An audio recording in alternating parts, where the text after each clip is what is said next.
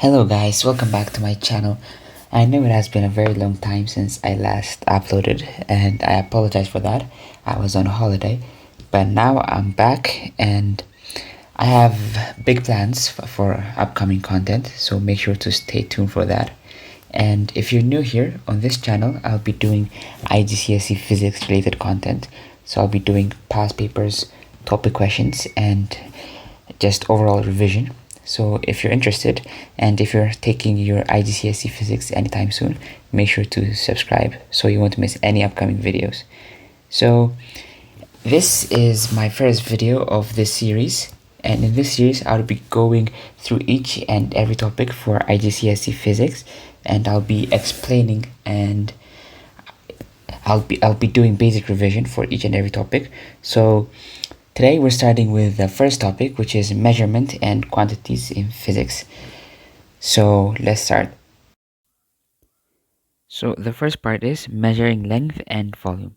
So what we use to measure length is rulers. The first one is rulers. Now we all know what rulers are. We use rulers to measure lengths mainly which are in centimeters. So the scales of a ruler are in centimeters, and it's the to the nearest 0.1 centimeters.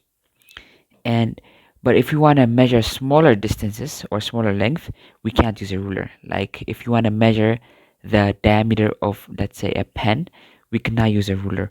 What we use is either a caliper like this one, or what we call a micrometer.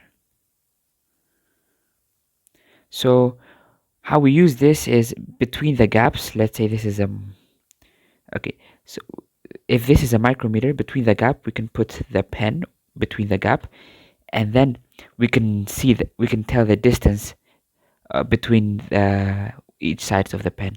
The same works for the caliper. We put the pen in between, and since this is a digital caliper, if I zoom in, if this is a digital caliper, so it can show us the length over here as a number. And these instruments are very accurate, so we can use these to measure the small distances. And for volume, we will use measuring cylinder. So a measuring cylinder is, for those who don't know, it has this type of shape, and then it has scales, and these scales are usually in either milliliter or centimeter cubed. So using those scales, we can measure the volume of a liquid.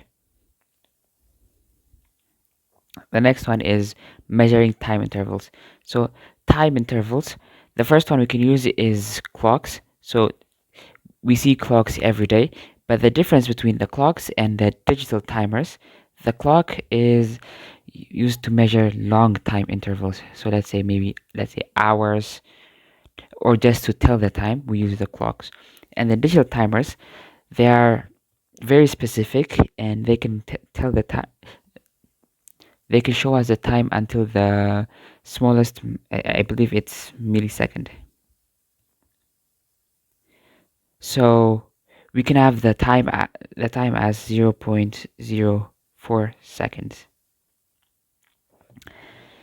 And these digital timers are very accurate, and they're usually used in laboratory environments or in research labs, because we need the precise measurements.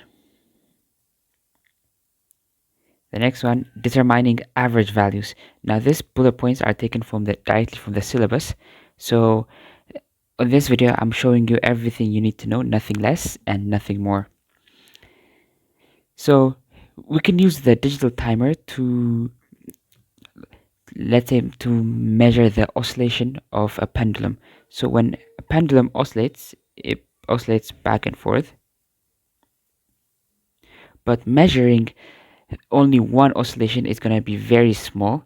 The time interval is going to be very small, so it's going to be very inaccurate. So what we do is we can measure multiple oscillations. Let's say we measured 10 oscillations. After we measured 10 oscillations, and let's say it took 5 seconds for 10 oscillations. So now we divide that 5 by 10 to find the oscillation for one. So that would be 0.5. So each oscillation is 0.5 seconds. That's how we find the that's how we determine average values.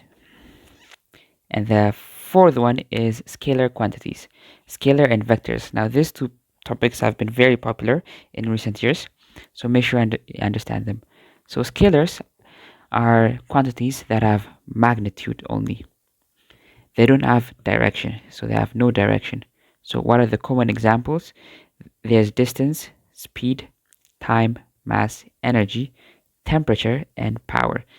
Now, many students have been tricked by this. Power is not a vector, it's a scalar quantity. Even though power is the rate of work done, it's still a scalar quantity, not a vector. Now, when we look at vector quantities, vectors, they have both magnitude and direction. So they're unlike scalars, they have direction. So when we're describing vectors, we need direction for their full description. So examples of vectors, they are force, weight, velocity, acceleration, momentum, gravity or gravitational field strength, and there are multiple examples.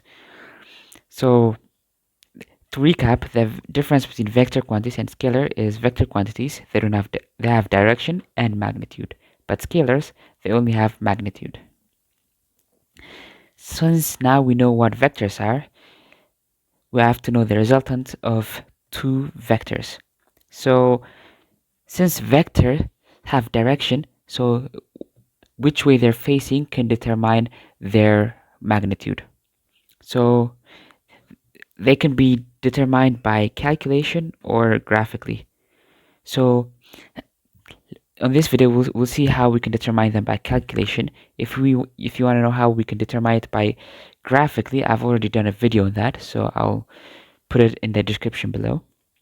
And for calculation, we can use the Pythagoras theorem and the trigonometric ratios sine, cos, and tan to determine the vector or the resultant vector. I'll show you how in a minute. And for your syllabus, it's only limited to forces or velocities, nothing else. So this resolving vectors, it's only for forces and velocities. And now make sure you really understand this topic because I've seen it come up multiple times.